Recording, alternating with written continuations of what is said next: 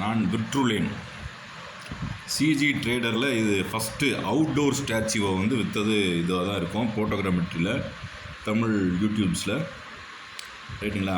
அது எப்படி விற்றுருக்குன்னு பார்ப்போம். ஓகேவா. இது ஏற்கனவே பப்ளிஷ் பண்ணது ஒரு மேரேஜ் ஹாலில் இருந்தது.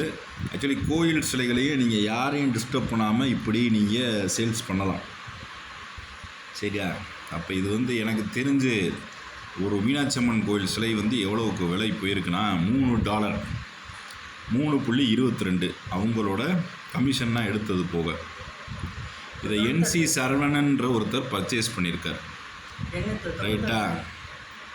என்சி இன்னும் அக்கௌண்ட்டுக்கு வரலை. அந்த பர்ச்சேஸ் ஓஐடி தான்.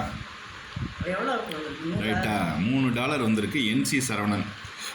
Original price $5. அப்போ அவங்களோட கமிஷன் எவ்வளோ எடுக்கிறாங்கன்னா ராயல்ட்டி போக அதை நான் விற்றுருக்கேன். ரைட்டுங்களா. ஸோ இது ஒரு பெரிய விஷயந்தான். ரைட்டுங்களா. ஏன்னா கோயில் சிலைகள் வந்து இப்போ காணாமல் போகிறது ரொம்ப அரிதாயிடுச்சு. அரிதில்லை, எளிதாயிடுச்சு. ஸோ இதை வந்து இப்படி செய்யக்கூடாது. ஓகே.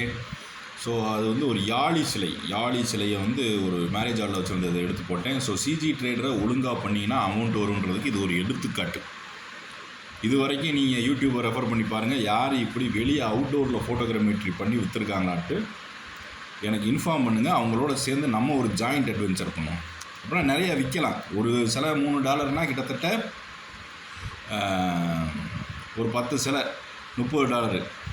ரைட்டா. சுற்றி வேறு சிலையாக தான் இருக்குது. மதுரை, சென்னை, இங்கே மகாபலிபுரம், சென்னைக்கு போனோம்னா அப்போ ஈஸியாக நம்ம வந்து $200 ஈஸியாக பார்த்துடலாம். தயவுசெய்து இன்ஃபார்ம் பண்ணுங்கள். நன்றி, வணக்கம். வாங்கிட்டேன். இன்னும் அக்கௌண்ட்டு